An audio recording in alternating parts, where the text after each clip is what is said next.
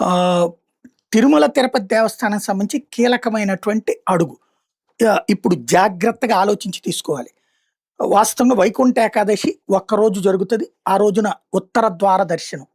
లక్షలాది మంది రావడానికి ప్రయత్నిస్తారు. కానీ 60, 70 వేలు మాక్సిమం 80,000 మందికి మించి దర్శనాలు కుదరదు. ద్వాదశి రోజున ఇంకో 70, 80 వేల మంది. ఇంతే నడుస్తోంది. ఇటు వీఐపీలని చూసుకోవాలి, పార్టీలకు సంబంధించినటు ప్రజాప్రతినిధులను చూసుకోవాలి, పార్టీకి సంబంధించిన నాయకుల్ని చూసుకోవాలి. వీటన్నిటి మధ్యన అందులో 3 పార్టీల వాళ్ళు ఉంటారు. ఇదంతా జరగాలి. అట్లాగే న్యాయమూర్తులొస్తారు. అలాగే వివిధ రాష్ట్రాలకు సంబంధించినటువంటి వాళ్ళొస్తారు. ఆ రోజున అంత సీరియస్ ఇంపార్టెన్స్ ఉంటుంది. వాళ్ళని కాదనడానికి వీలు లేదు. అదే సందర్భంలో ప్రజలని దర్శనాలు లేకుండా చేయడానికి వీలు కాదు.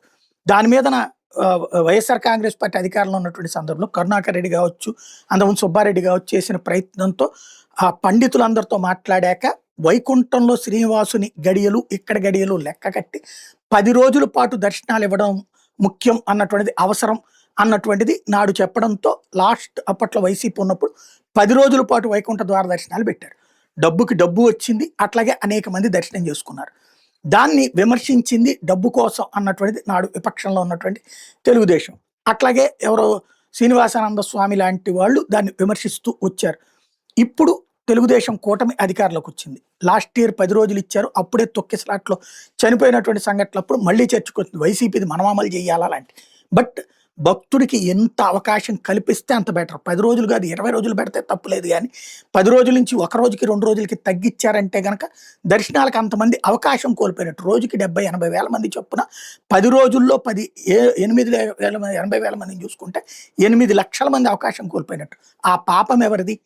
ఆ వాగేటటువంటోళ్ళదా? ఆ మాట్లాడేటటువంటోళ్ళదా? లేకపోతే ఆ విధమైనటువంటి వ్యాఖ్యలు చేసేటటువంటోళ్ళదా? ఇంతకుముందు పండితులే విశ్లేషించి చెప్పారు. ఇప్పుడు పండితులు అని చెప్పేవాళ్లే విశ్లేషిస్తున్నారు. ఎవరిష్టం వచ్చినట్టు వాళ్ళు చేసుకుంటే ఇంకా ఆధ్యాత్మికతకి విలువే ఉంది.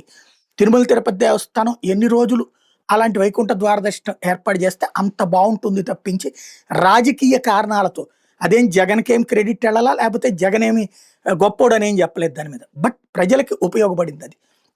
అది చంద్రబాబుకో, లోకేష్‌కో, పవన్ కళ్యాణ్‌కో సంబంధం లేదు. తిరుమల తిరుపతి దేవస్థానం పాలక మండలి బాధ్యతాయుతంగా ఆ నిర్ణయం తీసుకుంటే బావుంటది. శ్రీవాణి విషయంలో ముందు వ్యాఖ్యలు చేసి, ఆ పైన ఎట్లయితే బాధ్యతాయుతంగా వ్యవహరిస్తున్నారో, ఈ విషయంలో కూడా ఒత్తిళ్ళకి తలవగ్గకుండా కంటిన్యూ చేయగలిగితే బావుంటుంది.